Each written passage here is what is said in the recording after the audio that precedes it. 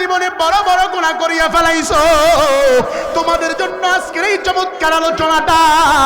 ও মহিলা প্যান্ডেলের আম্মা জানেরা, পুরুষ প্যান্ডেলের বাপ ভাইয়েরা, মাইকের আওয়াজ যদ্দূর যায়, যে যেখান থেকেই বসে বয়ানটা শুনতেছ, একটু মাইকটার দিকে কানটা লাগা দাও। ও অটোওয়ালা, ঠেলাওয়ালা, রিক্সাওয়ালা, ট্রাকের প্রিয় বন্ধু আমার, যে যেখান থেকেই বয়ানটা শুনছ, একটু মনোযোগ লাগা দাও। আল্লাহ পাক রব্বুল আলামিন ডেকে বলে, যারা জীবনে বড় গুনাহ করে ফেলেছ, ভালো আমল করতে পারো নাই, তাদের জন্য মেসেজ। গুনাহ করে ফেলেছ, আসো আমি আল্লাহর কাছে ফিরো, আমি আল্লাহর দরবারে এসে গুনাহ ক্ষমা চাও। আল্লাহ পাক রব্বুল আলামিনের পয়গম্বর আয়াতের দৃষ্টান্ত দিয়া বলে, দুনিয়ার কোনো দিকে খেয়াল করবা না।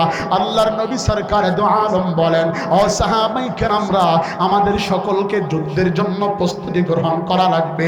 সকলেই আমরা যুদ্ধের জন্য রওনা দেব। তবে আমাদের বিবি বাচ্চাকে দেখভাল করবে কে? এদেরকে দেখার জন্য তো আমাদের একজন দায়িত্বশীল বন্ধু রেখে যাওয়া দরকার, দায়িত্বশীল একজন গার্ড রেখে যাওয়া দরকার। সকল সাহাবায়ে কেরাম একমত, রাসূলের কথার সাথে একমত পোষণ করে বলল, পয়গম্বর আপনি যেই কথার প্রতি আমাদেরকে উদ্বুদ্ধ করেছেন, আমরা এই কথার প্রতি একমত আছি। আপনি যাকে রেখে যেতে চান, আমরা তাকে আপনার পক্ষে সাপোর্ট দিয়ে দিলাম। আল্লাহর নবী সরকার দু আলম মদিনার ভিতরে সবচাইতে বিশ্বস্ত একজন সাহাবী সালাবাতুল আনসারী, আল্লাহর নবীর প্রিয় সাহাবী সালাবাতুল আনসারীকে ডেকে বলে, সালাবা আয় আয় আয়, আল্লাহু আকবার। ও সালাবা শো, আমি নবী তোমারে ওয়াদা দিয়ে গেলাম, আমানত দিয়ে গেলাম, আমরা সকলেই তো যুদ্ধের জন্য চলে যাব। সাহাবায়ে কেরামের বিবিরা থাকবে, সাহাবায়ে কেরামের সন্তানেরা থাকবে, এদের সাথে সুসম্পর্ক লাগাইবা, এদের কাছে তুমি যাইবা, খবর নিবা, খাবার না থাকলে খাবার এনে দিবা, খাবার না থাকলে খাবার তুমি জোগাড় করে দিবা। আল্লাহ পাক রব্বুল আলামিনের পয়গম্বর এই কথা বলে সাহাবী সালাবাতুল আনসারীকে রেখে চলে গিয়েছে। সালাবাতুল আনসারী এবার সব সাহাবীদের বিবির খোঁজ খবর নেয়, কিন্তু সবচাইতে ঘনিষ্ঠ তার এক বন্ধু ছিল হযরতে সাঈদ। সাঈদের বিবির কাছে সালাবাতুল আনসারীর হৃদয়ে একটা কুমন্ত্রণা জাগ্রত হয়েছে। সালাবা সাঈদের বিবির হাত ধরে ফেলেছে। একটা বার আওয়াজ দিয়া বলা যাবে কি নাউজুবিল্লাহ? আরেকটা বার আওয়াজ দিয়া বলা যাবে কি নাউজুবিল্লাহ? সালাবাতুল আনসারী সাঈদের বিবির হাত ধরে ফেলেছে। মহিলা ডাক দিয়া বলে, সালাবা কি কাজ করলা? তুমি তো আমার কাছে ছিলা আমার পাহারাদার, আমি তোমার কাছে ছিলাম আমানত। তুমি আমানতের খেয়ানত কিভাবে করলা? কিভাবে তুমি আমার গায়ে হাত দিলা? আমার গালে, আমার হাতে কিভাবে তুমি হাত দিলা? সালাবাতুল আনসারীর হুঁশ ফিরে এসেছে। হাত ছেড়ে তার গন্তব্য ত্যাগ করে পাহাড়ের চূড়ার দিকে দৌড় মেরেছে। পাহাড়ের চূড়ায় গিয়া নির্জনে আল্লাহর দরবারে পড়ে গেছে। এদিক দিয়ে যুদ্ধ সমাপ্ত হয়ে গেল। সব সাহাবায়ে কেরামরা বাসায় এসেছে। হযরতে সাঈদ বাসায় এসেছে। সাদ বাসায় এসে দেখে সালাবাতুল আনসারীকে দেখা যায় না। বিবিরে ডাক দিয়ে বলে, বিবি আমার বন্ধু, আমার কলিজার টুকরা, আমার ভাই, মুসলিম ভাই সালাবাতুল আনসারী কোথায় গেল? সে তো এখানেই তাকে রেখে গিয়েছিলাম। সালাবাতুল আনসারীকে কেন দেখা যায় না? মহিলা স্পষ্ট ভাষায় ডাক দিয়ে বলে, তোমার বন্ধু আমানতের খেয়ানত করেছে, তোমার ভাই আমানতের খেয়ানত করেছে, আমার হাতে হাত দিয়েছে। বলে তাই নাকি? বলে হ্যাঁ। কয় এখন কোথায় আছে? বলে জানি না, একটু খোঁজ খবর নিয়ে দেখো। হযরতে সাদ রাদিয়াল্লাহু তাআলা আনহু, হযরতে সাদ সালাবারে খোঁজার জন্য এলাকার প্রত্যেকটা অলি গলি তালাশ করা শুরু করে দিল। কোথাও সালাবারে পাওয়া যায় না। পাহাড়ের চূড়ায় চলে গেল।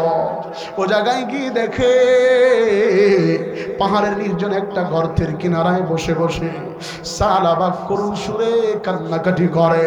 রাত যত গভীর হয় সালাবার কণ্ঠের আওয়াজ তত উঁচু হয়। রাত যত গভীর হয় সালাবার কণ্ঠের আওয়াজ তত উঁচু হয়। আল্লাহর নবীর প্রিয় সাহাবী হযরতে সাদ সালাবাকে সাহাবাকে পিছন দিকে হাত ধরে ফেলল। ভাই আমার, বাসা ছেড়ে কেন তুমি এখানে এসেছ? বলে এখানে আমার আসা দরকার, আমি বড় অপরাধী, আমারে দুনিয়ার ভাই বলে ডাকবা না। আমি মদিনার ভিতরে সবচাইতে বড় অপরাধ করেছি, আমি তোমার কাছে আর ফিরে যাব না, নবীর কাছে যাব না। আমার এই চেহারা আমি কিভাবে দেখাবো, এলাকার মানুষকে আমি কিভাবে দেখাবো? না না, আমি বড় গুনাহগার হয়ে গেছি। হযরতে সাদ ডাক দিয়ে বলে, সালাবা ভাই আমার, যেই গুনাহ করেছ হয়তোবা আল্লাহর কাছে তওবা করলে হতে পারে এটার একটা সমাধান, চলো আমরা নবীজির দরবারে যাই। বলে না না, নবীজির দরবারে যাওয়া যাবে না। যদি আমাকে তুমি নিতে চাও, আমার দুইটা হাতের ভিতরে হ্যান্ডকাপ পরাও, হাত দুইটা পিছনে মুড়ামুড়ি দিয়া বাঁধন দাও, আমার পিছন থেকে চাবুক মারা শুরু করে দাও, আমারে চাবুক মারতে মারতে তুমি সামনের দিকে নিয়ে যাও। মুসলমান, দুনিয়ার কোনো দিকে খেয়াল করবা না, খুব মনোযোগ। পিছন দিকে হাত বেঁধে সালাবাতুল আনসারীকে চাবুক মেরে মেরে মদিনার শহরের গলিতে গলিতে নিয়ে আসতেছে। সালাবা ডাক দিয়ে বলে, ভাই সাঈদ, তোমার কাছে আমার একটা আবেদন, আমি মুহাম্মদ নবীর কাছে আগে যাইতে চাই না, আমার একটু হযরতে সিদ্দিকে আকবরের ঘরে নিয়ে যাও। দেখো এই সিদ্দিকে আকবরের কাছ থেকে আমি কোনো সমাধান পাই কিনা, সে আমার ব্যাপারে কোনো সমাধান দিতে পারে কিনা। সিদ্দিকে আকবরের ঘরের কিনারায় গিয়ে সালাম দিয়েছে। সালাম দেওয়ার পরে ঘটনা খুলে বলেছে।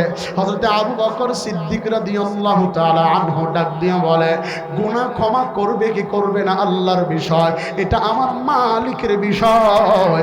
তত এত বড় পাপিষ্ঠ গুনাহগারকে আমার ঘরে জায়গা দেওয়া হবে না, জলদি করে সালাবাকে বের করে নিয়ে যাও।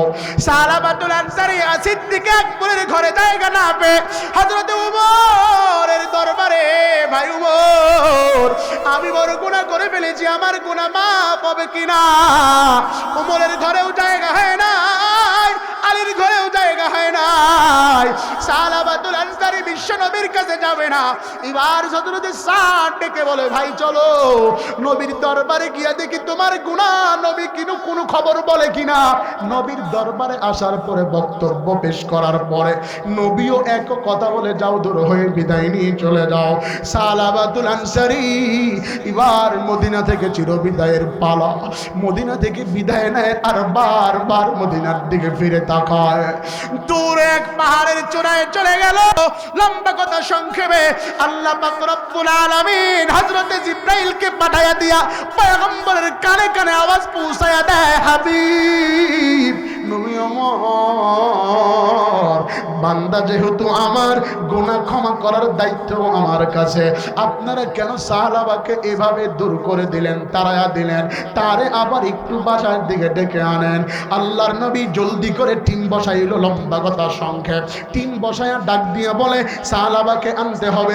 টিমের সদস্য 3 জন, হযরতে আবু বকর সিদ্দিক, হযরতে ওমর, শেরে খোদা হযরতে আলী। কিন্তু বসা ছিল সবচাইতে বৃদ্ধ সাহাবী সালমানে ফারসি। সালমানে ফারসি হাত তুলে বলে, নবী আমার, আপনি যদি পারেন আমার একটু দায়িত্ব দেন। আল্লাহ পাক রব্বুল আলামিন যেই সাহাবীর কথা জিবরাইলের মাধ্যমে বলে, আমি সর্বপ্রথম তার কাছে একটু যায় ক্ষমা চাইতে চাই। আওয়াজ দিয়ে বলা যাবে কি মারহাবা? 4 জনের টিম বানায়া সালাবাতুল আনসারীকে খোঁজার জন্য বিশ্ব নবী টিম পাঠায়া দিল। টিম জলদি করে খোঁজার জন্য বিভিন্ন অলিতে গলিতে গিয়া সালাবাতুল আনসারীকে তালাশ করে কোথায় পাওয়া যায় না, কোথায় গিয়েছে, হারিয়ে গিয়েছে নাকি কি হইল? সালাবাতুল আনসারী কোথায় হারায়া গেল কেউ খবর দিতে পারে না, কেউ তার সন্ধান দিতে পারে না। দুনিয়ার কোনো দিকে খেয়াল করবো না, মনোযোগ লাগায়া দাও। সালাবাতুল আনসারীকে কে কোথাও দেখে নাই, সবাই বলে না না চিনি না। একটা বণিক দল পাহাড়ের চূড়ায় তাঁবু টানাইছে। 4 জন জবরদস্ত সাহাবী গিয়া জিজ্ঞাসা করে, ভাইরা এখানে কোনো এক বুজুর্গ বড় ধরনের একজন মানুষ যার নাম হলো সালাবাতুল আনসারী, এমন নামে কাউকে চিনো নাকি? তারে আমরা খুঁজতেছি, তাকে তার তালাশ আমি চাই, তার সন্ধান চাই, এমন কাউকে দেখছনি বলো? বণিক দলেরা বলে না না দেখি নাই, তবে একটা লোক দেখি প্রত্যেক দিন রাত্রিবেলা রাত যখন গভীর হয় পাহাড়ের চূড়ায় উঠে এমন বিকট আওয়াজ দেয় মানুষ, মদিনার মানুষ ঘুমাইতে পারে না, তার আওয়াজের কারণে পশু পক্ষীও ঘুমাইতে পারে না। এমন একটা লোক পাহাড়ের চূড়ায় আছে, রাত গভীর হলে তার সন্ধান পাইবা। 4 সাহাবী গাছের নিচে ঝুপটি মেরেছে সালাবাতুল আনসারীকে ধরার জন্য, তাকে খুঁজে বের করার জন্য। দুনিয়ার কোনো দিকে খেয়াল করবেন না। আল্লাহর নবীর প্রিয় সাহাবী সালাবা, রাত যখন গভীর হয়েছে, রাত যখন গভীর হয়েছে, চোখের পানি ছেড়ে আল্লাহর কাছে করুণ জোরে ডেকে বলে, মালিক দেখো মদিনার প্রত্যেকটা মানুষ ঘুমায়, মদিনার প্রত্যেকটা পশু ঘুমায়, এ সময় কেউ জাগ্রত নাই, এ সময় কেউ জাগনা নাই। আমি তোমার দরবারে অপরাধ করে ফেলেছি, আমি তোমার কাছে ক্ষমা চাই। ও আল্লাহ, আমারে তুমি মাফ করে দাও। আল্লাহর নবীর প্রিয় সাহাবীরা বলে, সাহাবা চলো, রাসূল তোমাকে ডেকে পাঠাইছে। সাহাবা চোখের পানি ছেড়ে দিয়া বলে, ভাই আমার, আমি তো তোমাদের ঘর পর্যন্ত গিয়েছিলাম, আমারে তোমাদের ঘর থেকে তাড়ায়া দিছ, তোমাদের ঘরে আমারে জায়গা দাও নাই, আমারে দূর দূর করে তাড়ায়া দিছ। আজকে দুনিয়ার ভিতরে আমার মতো প্রবিষ্ট কেউ নাই, আমি আর নবীর দরবারে যাব না, এই পাপিষ্ট চেহারার মদিনায় দেখাবো না, আমি বড় অপরাধী, যাও চলে যাও। নবীকে কি বলবা, সাহাবী সালাবা নাই। আল্লাহর নবীর প্রিয় সাহাবীরা সালাবাকে ছাড়ে না, চলো যাই। বলে, না না, আজকে দুনিয়াতে আমার কেউ নাই, থাকলে আমারে সান্ত্বনা দিত, তোমরা আমার ভাই, তোমাদের কাছে সান্ত্বনা পাই নাই। হযরত ওমর ফারুক হাত ধরে রেখে বলে, ভাই চলো, তোমার রাসূল ডেকেছে। সালাবাতুল আনসারী ডেকে বলে, না না, যাওয়া যাবে না, আমি আর যাব না। কেন না, আমার সবাই ঘর থেকে তাড়ায়া দিছি। হযরতে সিদ্দিক আকবর, दुनिया की सदाकत में तेरा नाम रहेगा, सिद्दीक तेरा नाम से इस्लाम रहेगा, दुनिया की शुजाअत में तेरा नाम रहेगा, उमर तेरा नाम से इस्लाम रहेगा, उमर तेरा नाम से इस्लाम रहेगा। सिद्दीक আকবর গিয়া ডাক দিয়ে বলে, ভাই চলো, কি হয়েছে বাদ দাও, রাসূল তোমারে স্মরণ করেছে, চলো মদিনার দিকে নিয়ে যাই তোমারে। তুমি যা গুনাহ করেছ সেটা আল্লাহর কাছে গুনাহ ক্ষমা চাইলে ক্ষমা করে দিবে, না হয় রাসূল তোমারে ডাকতো না।